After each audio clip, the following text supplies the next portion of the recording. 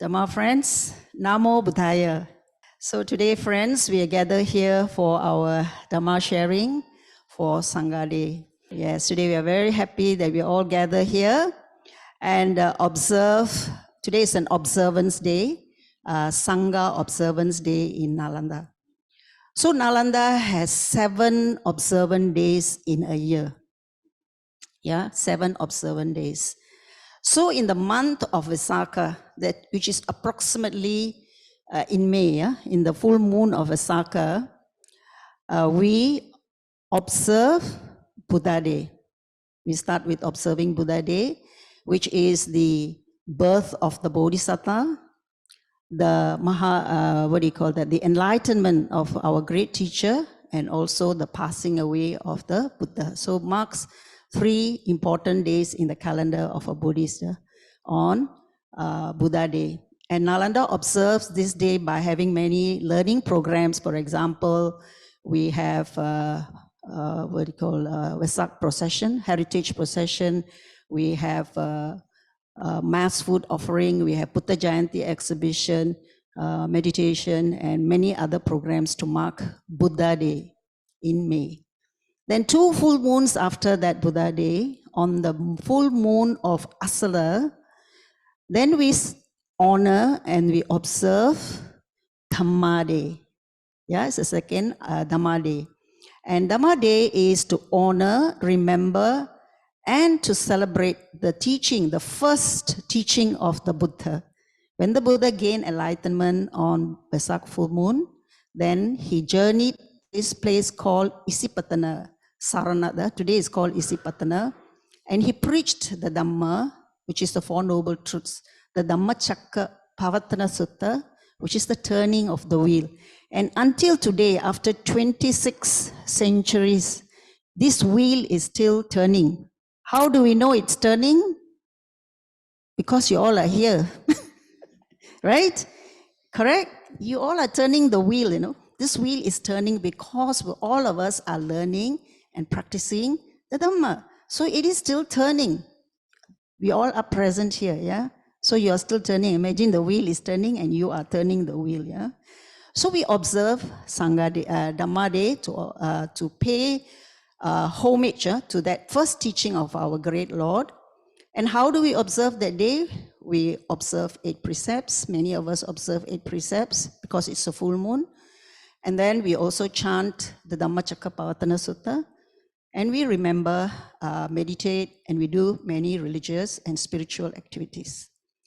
Then, as just now, Sister Budini, our president, also told us how after the 3 months, monks and nuns go into the Vasa period. They go and observe their own practice. And in monasteries and in temples, where monks are observing this 3 months Vasa period, they will have a ceremony called Katina, which is the offering of the Chivara robe. One of the monks who has practiced absolutely well with integrity, the monks will decide who is going to get this Chivara robe. It's a very important robe. It's just like the Buddha gave that robe, so that monk or nun will receive that very special robe. So it's called Katina. But in Nalanda, we don't have any monks or nuns observing their Vasa. So what we do is we observe and we celebrate Sangha Day. It's an opportunity for us to come together and again remember the great contributions of our Sangha members. So this is why we have Sangha Day here, and it is the monastic committee that is striving diligently. Yeah, good. So let me see. When we talk about the Buddha's ministry or the Buddha's dispensation, we talk about Sangha Day, but now we go back to these 3 refuges, which as Buddhists, we take refuge in. Just now we say, Buddhang saranang gacchami, Dhammang saranang gacchami, Sanghang saranang gacchami. We go for refuge full-heartedly, not half-heartedly, thinking Buddhang saranang or what I want to eat for lunch. But we full-heartedly, we take refuge in the Buddha, Dhamma, and Sangha. So as we know, the Buddha is the fully enlightened teacher. There's no doubts about that, that the Buddha is the fully enlightened teacher. The Dhamma is what the Buddha taught, the truth, the universal truth. It does not mean only Buddhists practice this Dhamma. No, this Dhamma that the Buddha taught is universal, applies to everybody. Only Buddhists got suffering, meh? No, right? The Buddha said there is dukkha. Does it mean that only the Buddhists got dukkha? No, right? You can know everywhere, all over the world, human beings, as long as you have a life, there is dukkha. So the Buddha taught this very, very important and pertinent teaching for our own happiness. Actually, the Buddha only talked about happiness, but people say dukkha, suffering le. Buddhists all suffering. You sit on the floor all. The Buddha actually talked about how to be happy when we are here as human beings. Yeah? So the what do you call that? The refuge of the Dhamma is very clear because that is the teachings of the Buddha. But when we talk of the Sangha, here we talk about the Arya Sangha, the noble Sangha. We have to be very clear about that. When we take refuge, it is to the noble or Arya Sangha. And who is the noble or Arya Sangha? They are those who have attained to at least first stage of sainthood up to arahantship. Okay, so when we take refuge, it is not just any refuge, but it is to the Arya and the noble Sangha. We have to be very clear on this, yeah. So when we bow, we know that we are bowing to the great and Arya Sangha. In the Dhamma, the Buddha's teachings, the Buddha said there is no great, wonderful, powerful, all-knowing, powerful being up there taking care of all of us. The Buddha said there is no, you are the one who create yourself. You have to release yourself. But what we have available is the Lord Buddha who realized this. There's no powerful God to take care of all your suffering. You have to take care of your own suffering. Yeah, good, right? So this is the Sangha. And what does it mean to be at least there are 4 stages of sainthood. Even the minimum first stage of Sotapanna means that Sangha member has complete confidence in the Buddha, Dhamma and Sangha. They have absolute confirmed confidence in the Buddha, Dhamma and Sangha. Nobody can convert them. No Christian can convert them. Nobody can convert them. Yeah. So they have absolute confidence. And then they possess virtues that are dear to noble ones. They never ever break their precepts. They have 227 precepts to follow. We have how many? 5. That also suffering already, dukkha already. Some more got 8 today. So happy. So we have, then they are unblemished, unbroken, and they are accomplished in view. Even the very first stage of sainthood, they are accomplished. We have, some of us, all of us may have right view, but we are not accomplished. That means we understand to a certain extent. Yeah, we can understand dukkha, we can understand, difficulties or happiness or whatever. But the noble Sangha, they are accomplished. They know exactly what the Buddha realized, they also know. So they are very accomplished in their, their virtues and in their views. And they are incapable. An Arya is incapable of doing the 10 unwholesome deeds. For us, if got opportunity, sometimes we can break all the time, most of the time. But for an Arya, no matter what, they say they will never break these 10 unwholesome deeds. Yeah. So today I cannot talk a lot on the unwholesome deeds. Please go and check.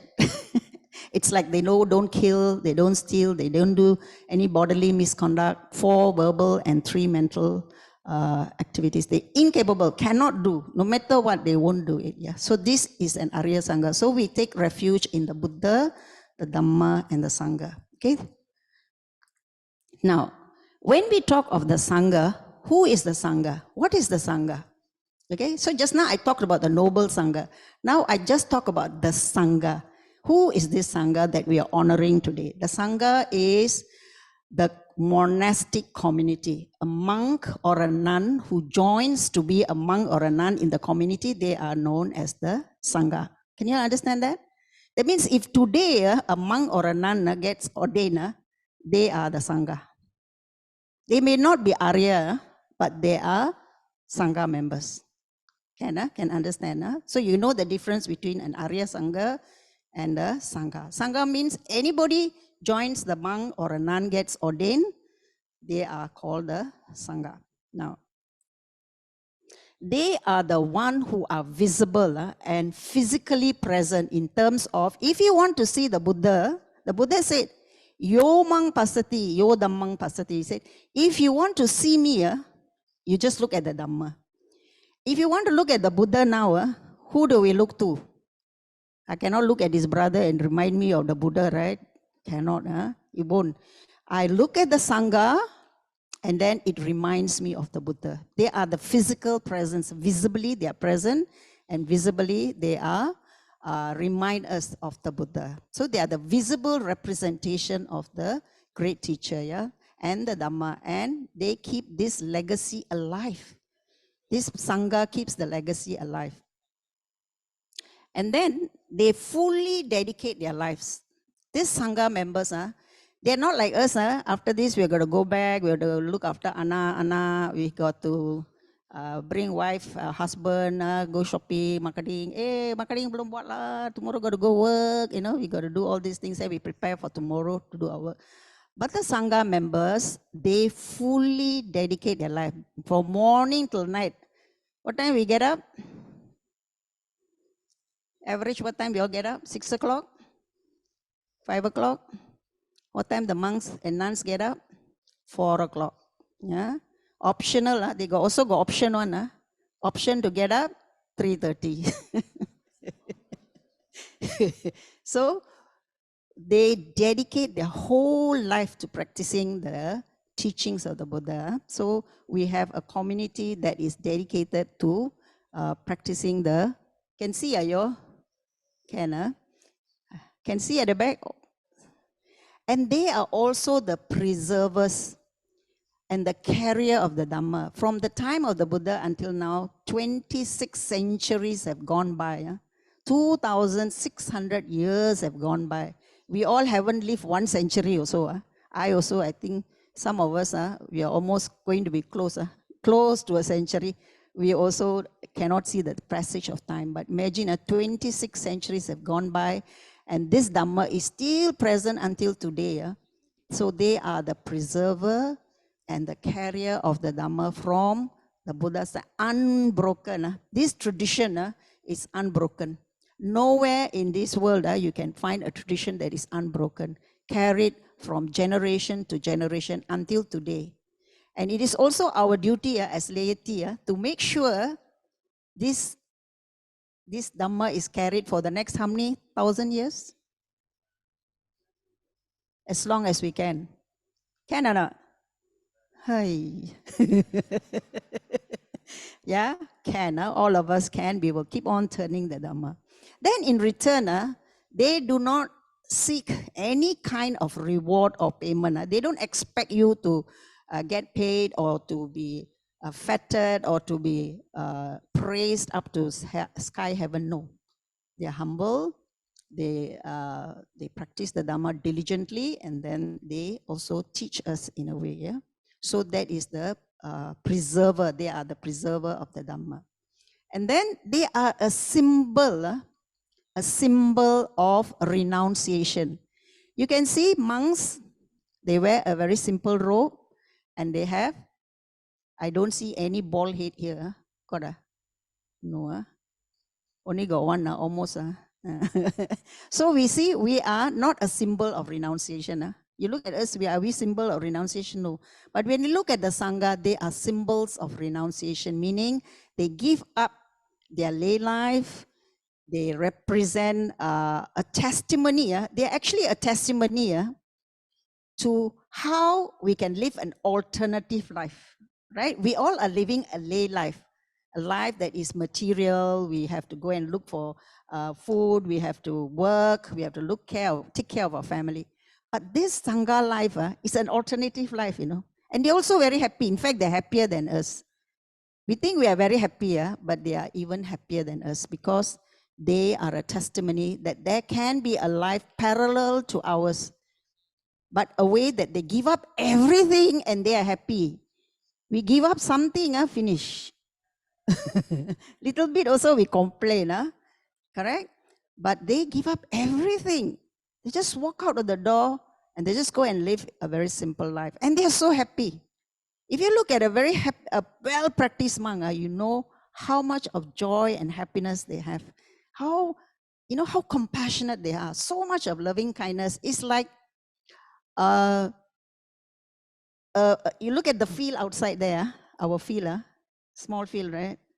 But when you look at the sky, you know how big it is? So we are all like the small field, living our life. But the monk's life is like that, very wide, very spacious, very, they are full of compassion for us, And they live a life of morality, restraint, and they have mental clarity. Most of us, in Malaysia itself, 1/3 of the population is actually got mental illness, some form of mental illness. I don't say you all are mentally ill. Some form, meaning at some time, we have a lot of stresses in life. Stress already, we have mental suffering, but a lot have mental suffering. Most of you have not been to anywhere near a mental institution. Have anybody been to a mental institution? Many of you have visited the mental hospital. I think you should visit it.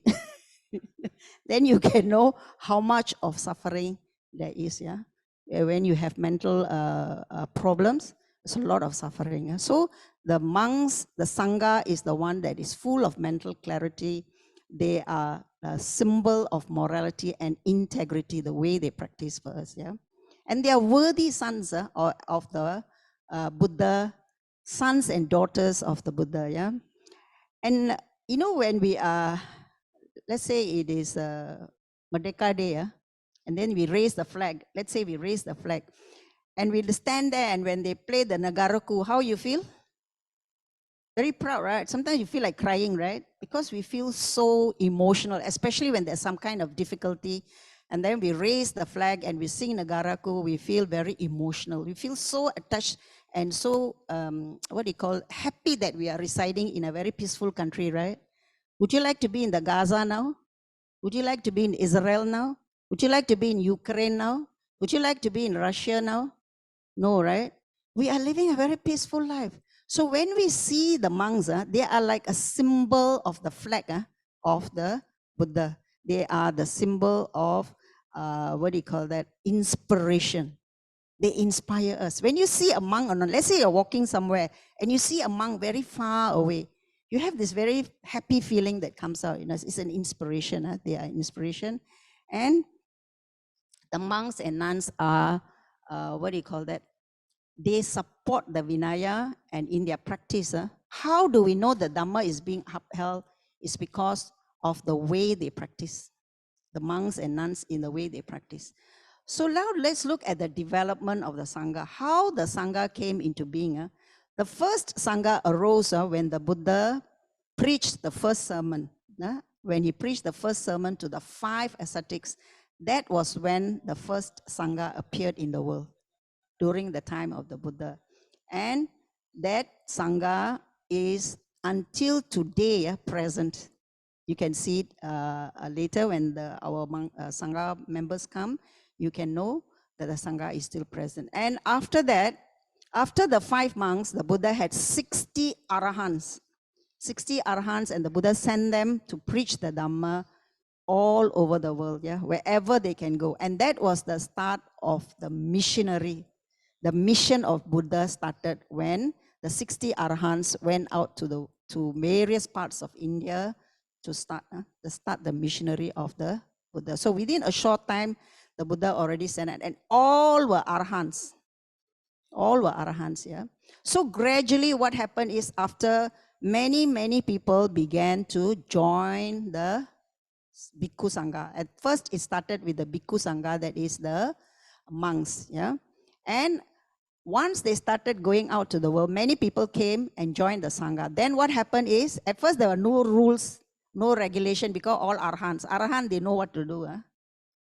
But as more and more people started attracted to the Dhamma, they joined and became monks and nuns. Then the Buddha had to slowly, Maman, the Buddha introduced rules, guidelines, and then they became known as the Vinaya. Okay, first there was the Dhamma, then had to have monks. And because the earliest Arahants, those who joined the early, were all from very, very reputable families.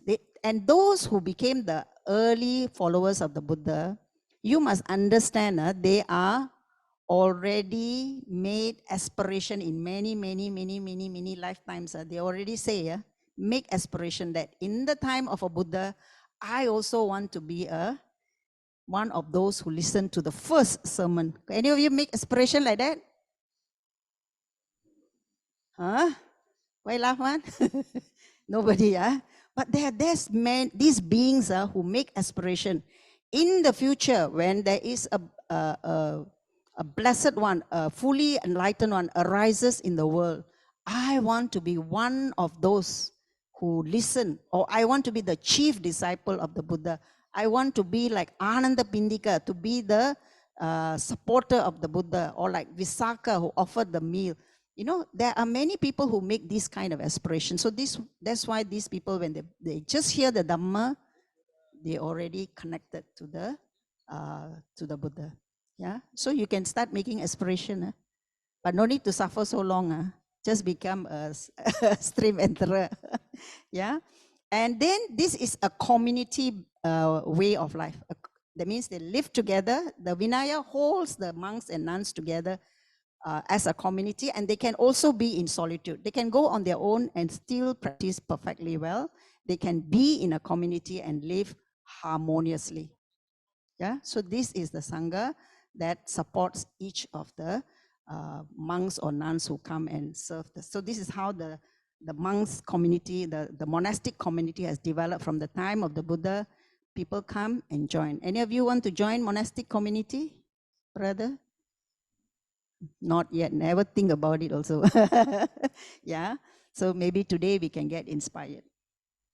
So once Venerable Mahakasyapa met the Buddha in Savatthi, and he asked the Buddha, Venerable Sir, he said, why last time we have no rules and no regulations, and they were all established in the teachings, meaning no need any rules and regulations, but there were so many arhants.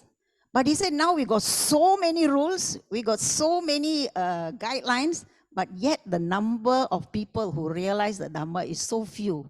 Why? Why? Why? Nobody know. Because the Buddha says, why there are so few, he said the Buddha said the Dhamma will not disappear until the counterfeit Dhamma comes, he said.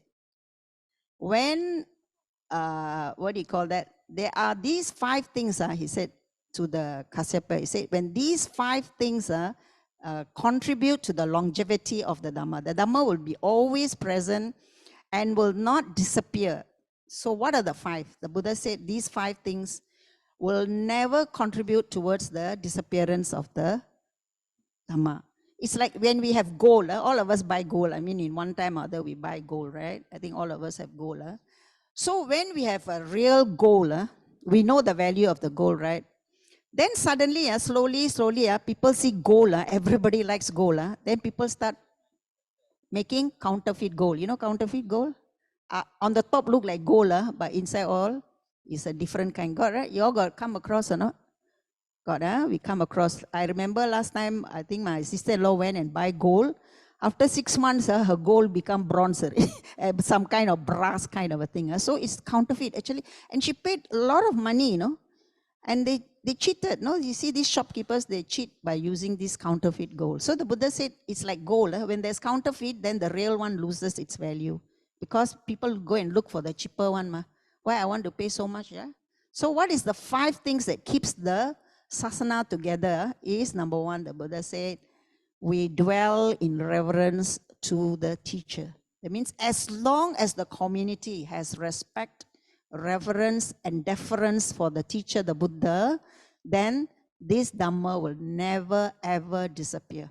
So we always, when we take refuge in the Buddha, knowing it is the Lord is the fully enlightened one, and we take refuge, this Dhamma will never disappear. And that is why until today, this Dhamma is present to us. Yeah. So this is the first one. What do you think is the second one? Reverence and respect for the Dhamma. Yeah. When we sit upright, when we listen with a good heart, when we are mentally clear, we are practicing the Dhamma, we have reverence and deference for the Dhamma, respect for the Dhamma. Yeah? So when this goes on, there are people who still practice respectfully towards the Dhamma. They practice it. If we practice our 5 precepts respectfully, reverentially every day, you must say, did I break my precepts today? Did I take anything that didn't belong to me? Did I say anything unworthy? So we can always check ourselves. And if we are reverential, respectful, then we know this Dhamma, we are upholding the Dhamma. And it will never ever disappear. And the same thing to the Sangha. We dwell in respect and reverence to the Sangha. Until today, people pay respect to the... Yesterday, we went to the Sentul temple, yeah, went to the temple, and we saw 2 nuns who were waiting by the entrance there. You know, all the other monks were seated, but these 2 nuns were just standing there. You know, so I saw them, and I went to pay respect to them. And then I asked them after we pay, I said, Venerable, why are you standing here? Shouldn't you be seated? Because all the monks are already seated. The dana is going to start. Meaning, whoever invited them actually forgot about them, you know. And then they arrive, they're just standing there because nobody showed them to where they should be seated. They were actually standing there, you know, because nobody invited them to go, and so they didn't show reverence and deference for the Sangha members, you know. Then I myself said, Venerable, come, I will bring you to where you need to be seated, as though I'm a member of that community. But I know that the nuns were just standing there, and the event is going to start. So luckily, as I was leading them, somebody came and then they let them know. So if we don't have reverence and deference and respect for the Sangha, sooner or later, they were standing at the corner with all the lay people, mind you that. So I feel very sad when I see. So remember, friends, that when we conduct ceremonies, we must be very careful how we pay respect to the members of the Sangha.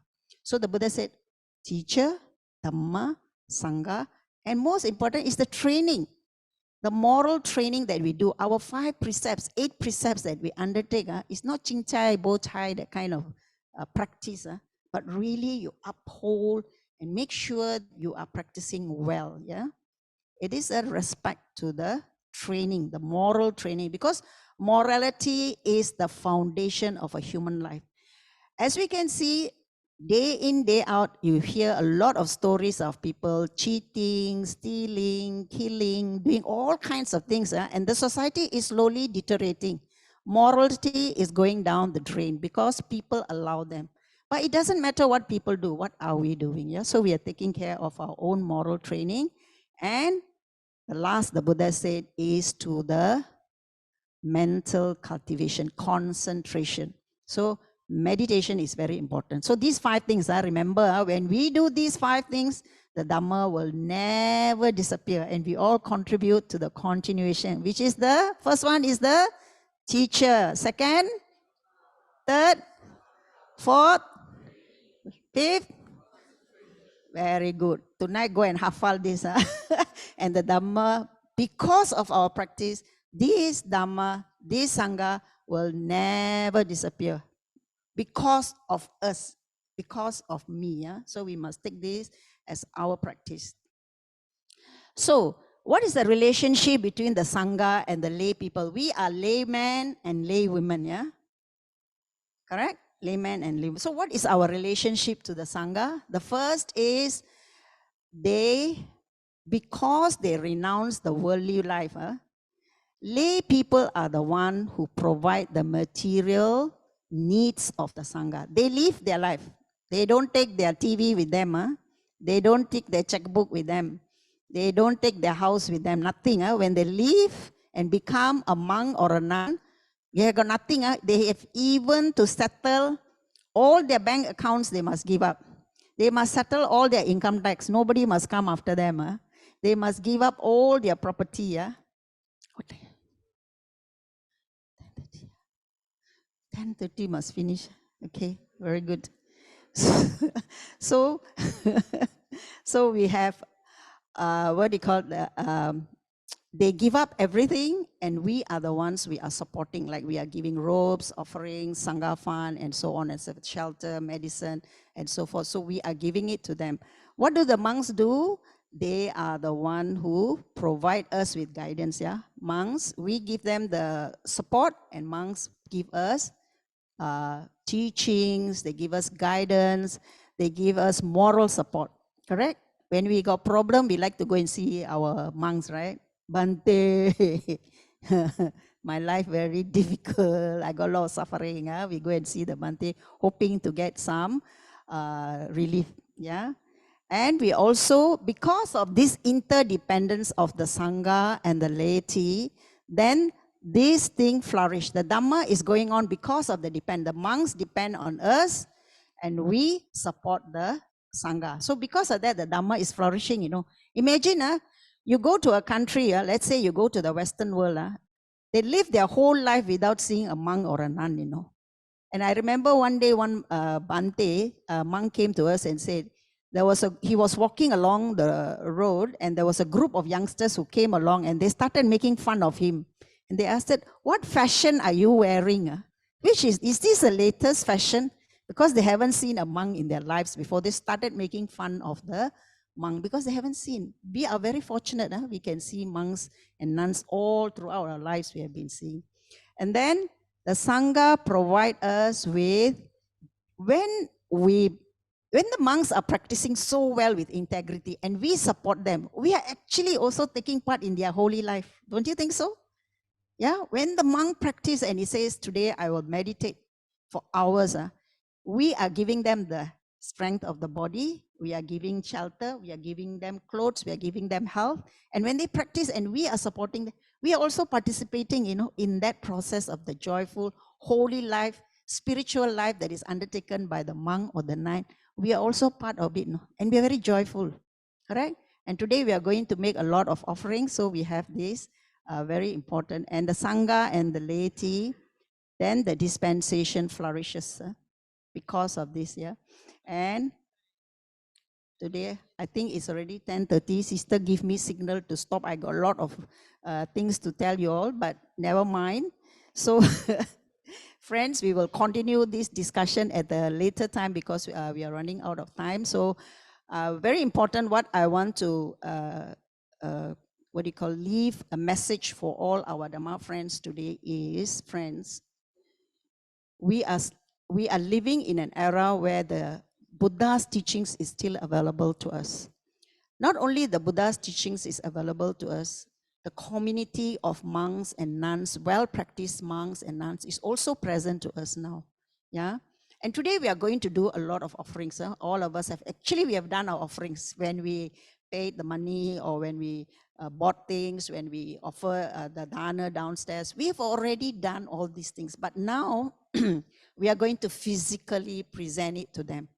And all of us have already taken our precepts. We have done meditation, we have done our precepts, we have done puja. When we do our offerings, when the monks are here and we are going to do the offerings with our own hands, the Buddha said, giving with our own hands is one of the highest merits that we can acquire, instead of asking somebody to represent us, but we can do it with our own hands. And secondly, it is our mental purity. While we are offering, we don't offer to that individual monk.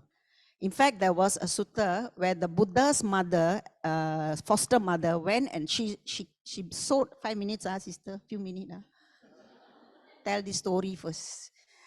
The mother went and offered, she wove the robe herself, a piece of cloth, and she went to offer to the Buddha. She said, Blessed One, please accept this piece of cloth out of compassion for me. The Buddha she take care of the Buddha from a baby until he is big.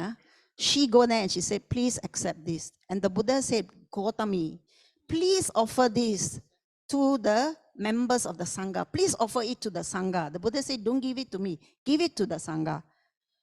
Gautami was not pleased because he said, I take care of you. I fed you. How come you say give to the Sangha? I want to give it to you, the Buddha. But the Buddha again said, second time, Buddha said, please give it to the Sangha. Third time, give it to the Sangha. Why did the Buddha say that? Because the Buddha said, giving it to the Sangha is more fruitful than just giving it to one person. Even though it's the Blessed One, the Buddha said the community is more higher if you give to. So afterwards, when you offer, friends, have in your mind that when, don't say I offer to this Bante, I offer it to the Sangha of the 4 directions. And may this offering bring bountiful benefits that will take me to the end of suffering. Yeah, make lofty, high aspirations. Not, may my husband love me more. May my children be well and happy. All those put aside first. Today we make an offering with a kind heart, with a heart that we make strong aspiration to be released from this samsaric cycle. So may this offering today to the Sangha of the 4 directions be for the benefit of my eventual liberation. So please make these kind of aspirations. And with that, I wish all of you good health, peace, and happiness. May you all be well and happy always. Namo Buddhaya.